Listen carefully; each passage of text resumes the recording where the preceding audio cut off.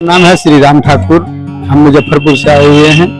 Shri Krishna catering के द्वारा ही संचालित किया जा रहा है और लमसम आज तो 15,000 के लमसम में भोज है। कल 35-30 हजार के आसपास का भोज है। इसमें 56 तरह का भोग बन रहा है। मिठाई है, साग है, दाल चावल है। ये सारा चीज आइटम जो महारानी खाती थी उनके चॉइस के हिसाब से ही बन रहा है।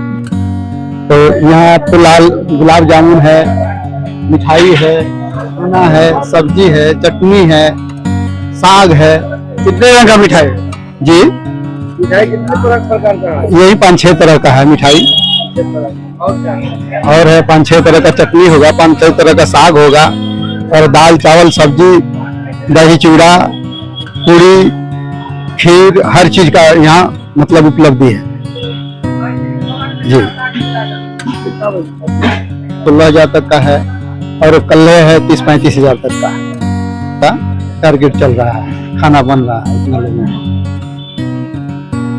आगे का जो भी है प्रक्रिया आपको दिया जाएगा। फिलहाल अभी चल रहा है। कल क्या क्या चीज बनेगा?